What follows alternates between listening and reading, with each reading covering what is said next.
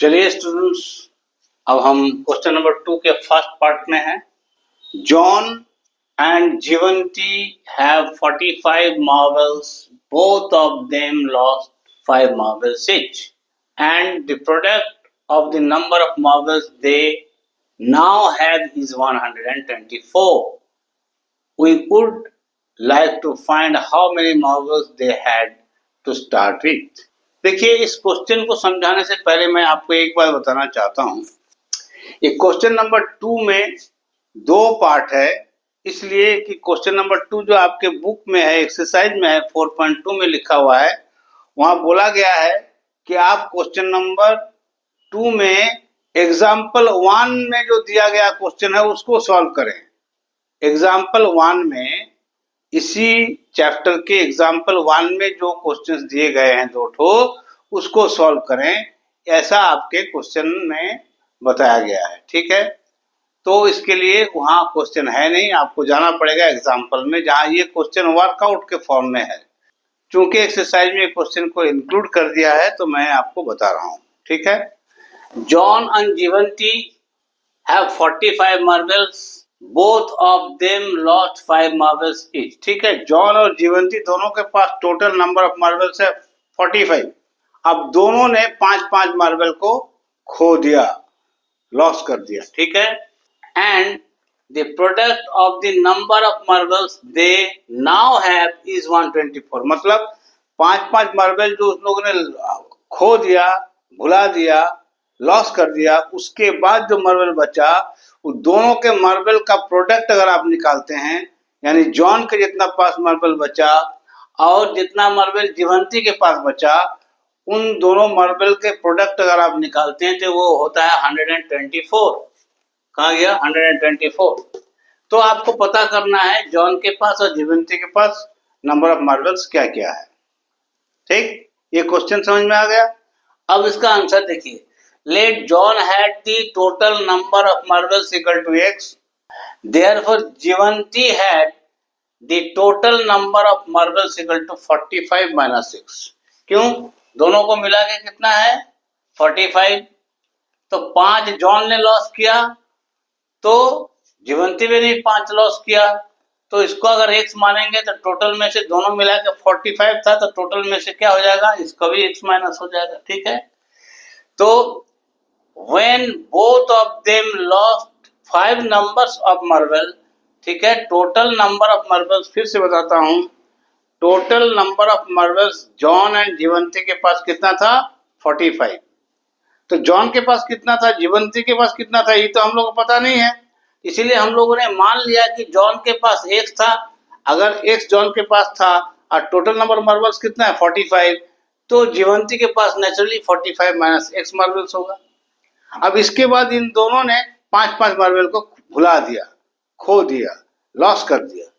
तो when both of them lost 5 marbles, जब दोनों ने 5-5 मार्बल खोया, the number of marbles left with John, ये हो गया x minus 5, and the number of marble left with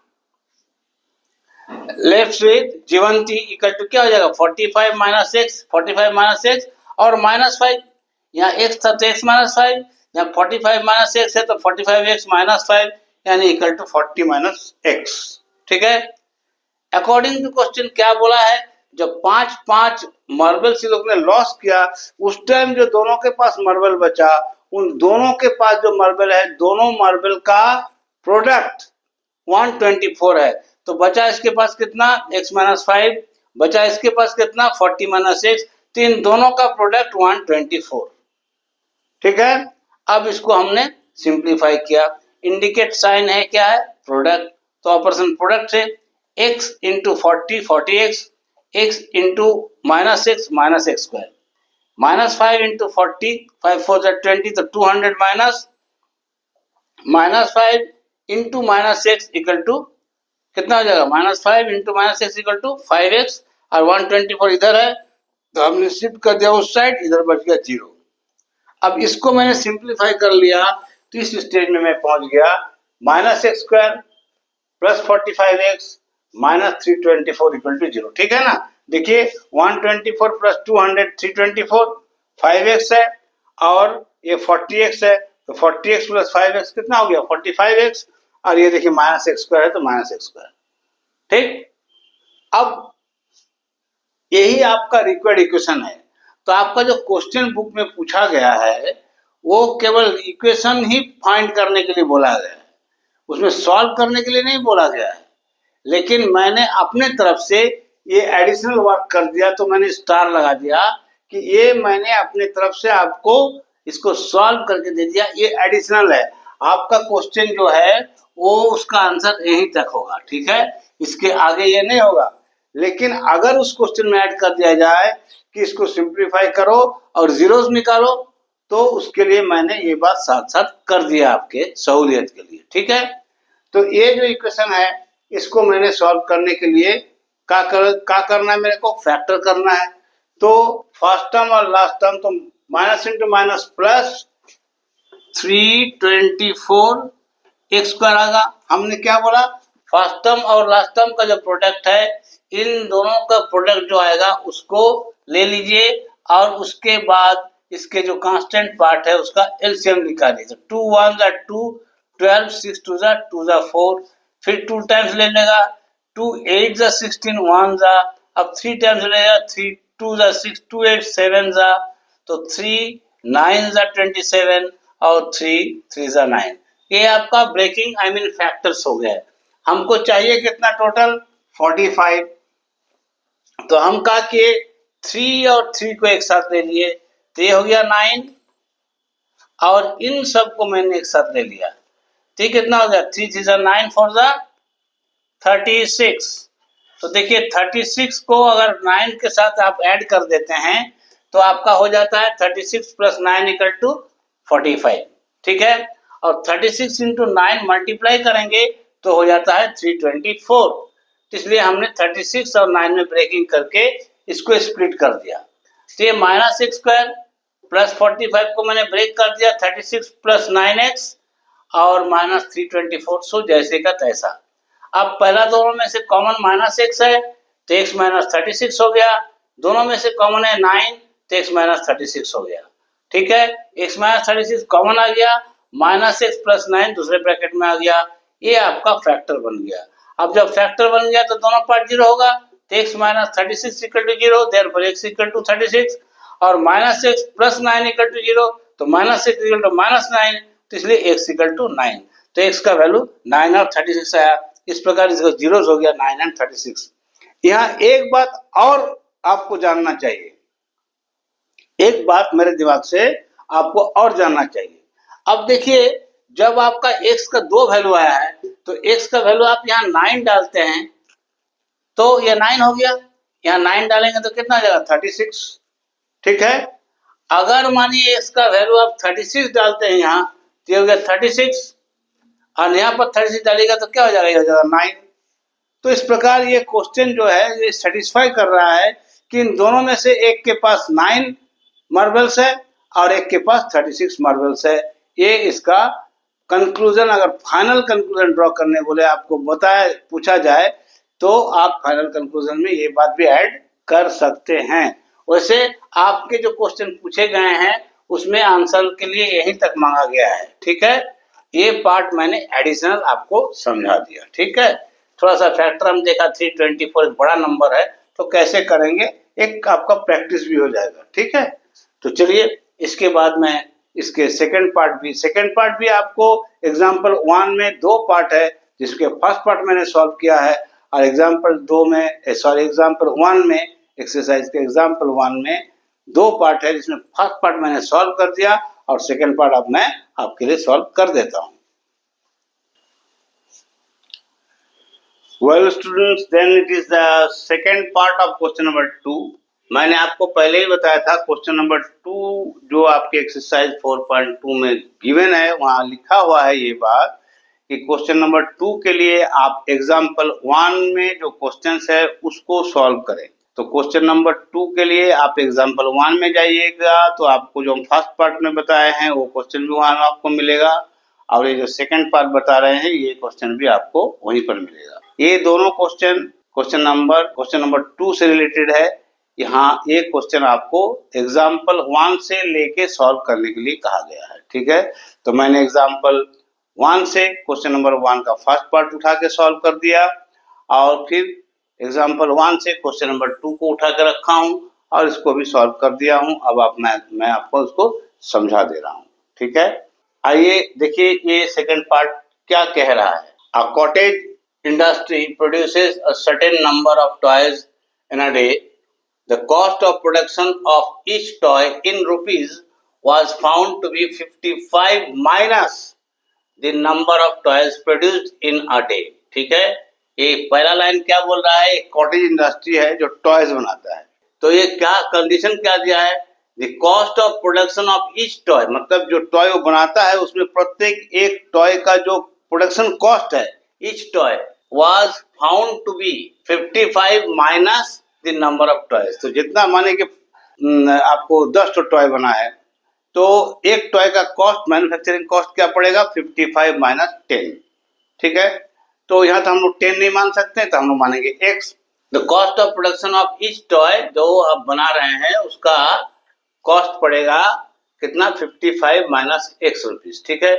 the number of toys produce in a day on a particular day, the total cost of production was rupees 750। एक particular दिन में जो total number of toys पैदा बनाए हैं आप, production किए हैं, उसको उसका बनाने का टोटल कॉस्ट आपको पड़ा है 750 rupees. We would like to find out the number of toys produced on that day. तो उस दिन में आप टोटल नंबर ऑफ टॉयज कितना प्रोड्यूस किए हैं इसको आपको बताना है इस क्वेश्चन में, ठीक है। तो इसके लिए let the total number of toys produce on that day equal to x, therefore cost of production of each toy on that day equal to rupees 55 minus 6, ठीक है। काहे क्वेश्चन बोला है कि जितना नंबर ऑफ टॉयज आपका produce होता है तो उस नंबर में से एक टॉय प्रोड्यूस करने का जो कॉस्ट होगा वो क्या होगा, टोटल नंबर ऑफ टॉय जितना आप प्रोड्यूस किए हैं उसको 55 से माइनस कर दीजिए। तो 55 से नंबर ऑफ टॉयज को माइनस करिएगा तो cost of production of each toy, एक टॉय आपको पता चल जाएगा। तो ये एक टॉय का कीमत हुआ और टोटल नंबर ऑफ टॉयज ये आपने प्रोड्यूस किया, ठीक है। तो अकॉर्डिंग टू क्वेश्चन क्या बोलता है, जो टोटल नंबर ऑफ टॉयज आपने प्रोड्यूस किया और जो एक टॉय का कॉस्ट है, इन दोनों का प्रोडक्ट हो गया 750 का है। Number of toys multiplied by rate of each toy. जैसे मानिए कि एक पेन का दाम है 2 रुपया, तो 10 पेन का दाम कितना होगा, 10 इंटू 2 20 रुपीज।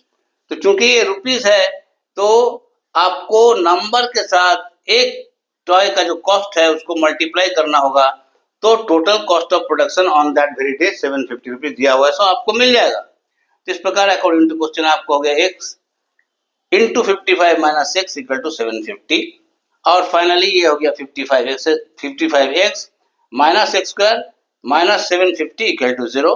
तो फाइनली ये हो गया minus x square plus 55x minus 750 equal to 0। ये आपका रिक्वायर्ड इक्वेशन है। एक्चुअल में जो क्वेश्चन पूछा गया है एग्जाम्पल 1 में वो केवल इक्वेशन ही बनाने के लिए बोला है, ठीक है। तो ये इक्वेशन बन गया, उसका आंसर यहीं तक है। लेकिन हम आपको इस क्वेश्चन को और आगे सॉल्व करके रूट्स भी निकाल दिए हैं, वो यहाँ पर है, ये देखिए। इसलिए मैंने स्टार लगाया है। काहे लगाया है कि this is not the part of the question, यानी कि ये पार्ट सॉल्व करने के लिए क्वेश्चन में कहा नहीं गया है, लेकिन फिर भी मैंने अपने तरफ से ये पार्ट आपके लिए सॉल्व कर दिया है, ठीक है। तो ये minus x square plus 30 plus 25 है ना, यहाँ देखिए कितना है 55।